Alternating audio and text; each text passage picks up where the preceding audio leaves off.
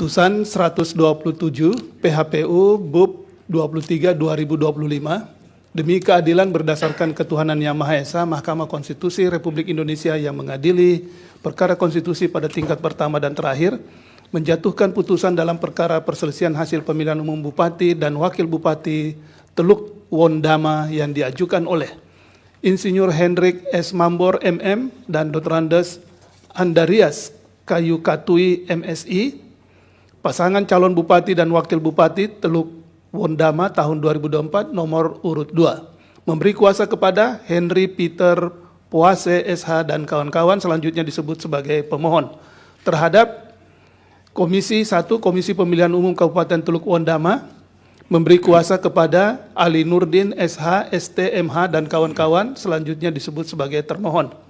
2.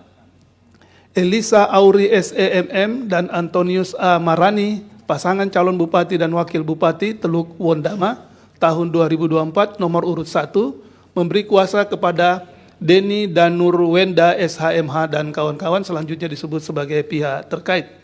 Membaca permohonan pemohon dan seterusnya dianggap diucapkan, duduk perkara dan seterusnya dianggap telah dibacakan, pertimbangan hukum, kewenangan mahkamah dan tenggat waktu pengajuan permohonan dalam eksepsi dan seterusnya. Mahkamah berwenang untuk mengadili permohonan AKO dan permohonan pemohon diajukan masih dalam tenggat waktu. Oleh karena itu, eksepsi berkenaan dengan kewenangan mahkamah tidak beralasan menurut hukum. Kedudukan hukum pemohon berkenaan dengan eksepsi permohonan pemohon kabur dan seterusnya dianggap diucapkan adalah tidak beralasan menurut hukum. Oleh karena itu, mahkamah akan mempertimbangkan keterpenuhan pasal 158 Undang-Undang 10 2016 berkaitan dengan pokok permohonan dan seterusnya dianggap diucapkan. Dalil pokok permohonan angka 1 sampai dengan angka 9 dan seterusnya dianggap diucapkan. Terhadap dalil tersebut, mahkamah mempertimbangkan sebagai berikut. 1. Mahkamah berpendapat dalil pemohon AKO telah ditindaklanjuti sesuai dengan ketentuan yang berlaku. Dengan demikian, dalil pemohon tersebut harus dinyatakan tidak beralasan menurut hukum. 2. Mahkamah berpendapat dalil pemohon AKO telah ditindaklanjuti, namun tindak lanjut tersebut dihentikan karena terbukti pihak terkait tidak pernah dipanggil oleh Bawaslu untuk memberikan keterangan atau klarifikasi. Dengan demikian, dalil pemohon tersebut harus dinyatakan tidak beralasan menurut hukum. 3. Mahkamah berpendapat dalil pemohon AKO telah ditindaklanjuti, namun oleh Bawaslu tidak dapat dibuktikan kebenaran peristiwa yang didalilkan pemohon tersebut. Dengan demikian, dalil pemohon tersebut harus dinyatakan tidak beralasan menurut hukum. 4. Mahkamah berpendapat dalil pemohon AKO tidak dapat ditindaklanjuti karena tidak ditemukannya atau tidak terpenuhinya syarat material. Oleh karena itu, persoalan yang dipermasalahkan oleh pemohon tidak relevan lagi didalilkan oleh pemohon dalam permohonan di mahkamah. Dengan demikian, dalil pemohon tersebut harus dinyatakan tidak beralasan menurut hukum. 5. Mahkamah berpendapat dalil pemohon AKO tidak dapat dibuktikan karena pemohon tidak dapat menjelaskan berkenaan dengan lokus daripada TPS yang dimaksudkan dan Bawaslu telah ternyata tidak mendapatkan laporan atau temuan terkait pelanggaran yang dimaksudkan oleh pemohon. Dengan demikian, dalil pemohon tersebut harus dinyatakan tidak beralasan menurut hukum. 6. Mahkamah berpendapat dalil pemohon berkenaan dengan saksi Admi William Yoweni yang menjadi saksi di TPS 1 telah mengundurkan diri dari jabatan Sekretaris Kampung Distrik Kuri Wamesa, sehingga dugaan adanya keterlibatan aparat dan atau perangkat desa atau kampung dalam proses pemilihan tidak dapat dibuktikan kebenarannya dan Bawaslu juga tidak mendapat laporan dan atau temuan berkaitan dengan hal tersebut. Dengan demikian, dalil pemohon tersebut harus dinyatakan tidak beralasan menurut hukum. 7. Mahkamah berpendapat dalil pemohon berkenan adanya perbedaan jumlah pengguna hak pilih dengan jumlah suara sah dan tidak sah telah dikoreksi dan para saksi pasangan calon tidak ada yang keberatan termasuk jumlah perolehan hasil suaranya.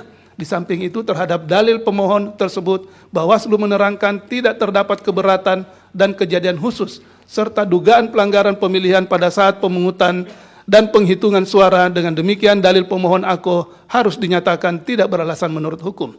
8. Mahkamah berpendapat dalil pemohon berkenaan dengan dugaan adanya tanda tangan yang tidak dilakukan oleh saksi mandat yang bukan sebenarnya tidak dapat dibuktikan kebenarannya dan berdasarkan keterangan Bawaslu tidak terdapat keberatan dan kejadian khusus serta dugaan pelanggaran pemilihan pada saat rapat pleno rekapitulasi hasil penghitungan perolehan suara pemilihan bupati dan wakil bupati di distrik Kuri Wamesa. Dengan demikian, dalil pemohon aku harus dinyatakan tidak beralasan menurut hukum. 9. Mahkamah berpendapat dalil pemohon berkenaan adanya keberatan rekapitulasi pada tingkat pleno tingkat kabupaten dan pemohon tidak dapat dibuktikan kebenarannya. Terlebih Bawaslu terhadap hal yang ini memberikan keterangan tidak terdapat adanya keberatan pada saat rekapitulasi pleno tingkat kabupaten. Dengan demikian, dalil pemohon aku harus dinyatakan tidak beralasan menurut hukum. Bahwa berdasarkan seluruh uraian pertimbangan hukum tersebut di atas, Mahkamah tidak mendapatkan keyakinan akan kebenaran terhadap dalil pokok permohonan pemohon. Oleh karena itu, Mahkamah berpendapat terhadap permohonan aku tidak terdapat alasan untuk menunda keberlakuan ketentuan pasal 158 Undang-Undang 10/2016. Terlebih, terhadap permohonan aku, Mahkamah tidak menemukan adanya kondisi atau kejadian khusus dan seterusnya dianggap diucapkan. Adapun perbedaan perolehan suara antara pihak terkait dan pemohon adalah 3.112 suara atau ekuivalen dengan 16% dan seterusnya dianggap diucapkan. Menimbang bahwa berdasarkan pertimbangan hukum di atas, pemohon tidak memiliki kedudukan hukum untuk mengajukan permohonan aku, dengan demikian eksepsi termohon dan eksepsi pihak terkait bahwa pemohon tidak memiliki kedudukan hukum adalah beralasan menurut hukum dan seterusnya dianggap diucapkan. Konklusi dan seterusnya dianggap diucapkan. Berdasarkan Undang-Undang Dasar Negara Republik Indonesia tahun 1945 dan seterusnya dianggap diucapkan. Amar putusan mengadili dalam eksepsi 1. Mengabulkan eksepsi termohon dan eksepsi pihak terkait berkenaan dengan kedudukan hukum pemohon. 2. Menolak eksepsi termohon dan eksepsi pihak terkait untuk selain dan selebihnya. Dalam pokok permohonan menyatakan permohonan pemohon tidak dapat diterima. Demikian diputus dalam rapat permusyawaratan hakim oleh 9 hakim konstitusi, yaitu nama-nama hakim dianggap diucapkan pada hari Jumat tanggal 31 bulan Januari tahun 2025 yang diucapkan dalam sidang pleno Mahkamah Konstitusi terbuka untuk umum pada hari Rabu tanggal 5 bulan Februari tahun 2025 selesai diucapkan pukul 8:20 waktu Indonesia Barat oleh 9 hakim konstitusi tersebut di atas dengan dibantu oleh Helmi Kasim sebagai panitera pengganti serta dihadiri oleh para pihak. Dilanjutkan pengucapan.